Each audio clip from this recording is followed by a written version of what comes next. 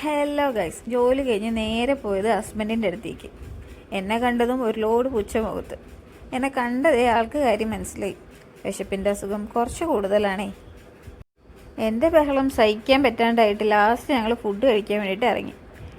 പിന്നെ എന്ത് കഴിക്കണം, എവിടെ നിന്ന് കഴിക്കണം എന്നുള്ള ചർച്ചയായി. ഒരുപാട് ചർച്ചയ്ക്ക് ശേഷം ഞങ്ങൾ ലാസ്റ്റ് പുട്ടും ചിക്കനും കഴിക്കാം എന്നുള്ള തീരുമാനത്തിലെത്തി. ഇറ്റലിയിലുള്ള ഒരു ഷോപ്പിൽ പോകാമെന്നാട്ടോ വിചാരിച്ചത്. പക്ഷേ അത് അടച്ചിട്ടിരിക്കുകയായിരുന്നു ഗൈസ്. അങ്ങനെ ഞങ്ങൾ പേട്ടയിലുള്ള biryani.com-ലെത്തി. വിശപ്പിൻ്റെ ഉൾവിളി കൊണ്ടാണോ എന്താണോ അറിയില്ല, എനിക്ക് ആകെ ഭ്രാന്ത് പിടിച്ചിരിക്കുകയായിരുന്നു ഗൈസ്. അങ്ങനെ ലാസ്റ്റ് നമ്മുടെ ഇലയും വന്നു. ഇല വന്നതിന് പിന്നാലെ തന്നെ സാലഡും വന്നു, അച്ചാറും വന്നു. പിന്നെ റൈസിനുള്ള വെയിറ്റിംഗ് ആയി. കുറച്ച് കഴിഞ്ഞപ്പോഴത്തേനും റൈസും വന്നു. എനിക്ക് ചിക്കൻ ബിരിയാണിയും ഹസ്ബൻഡിന് ബീഫ് ബിരിയാണി. പിന്നെ ഒരു പിടുത്തം അങ്ങ് പിടിച്ചു.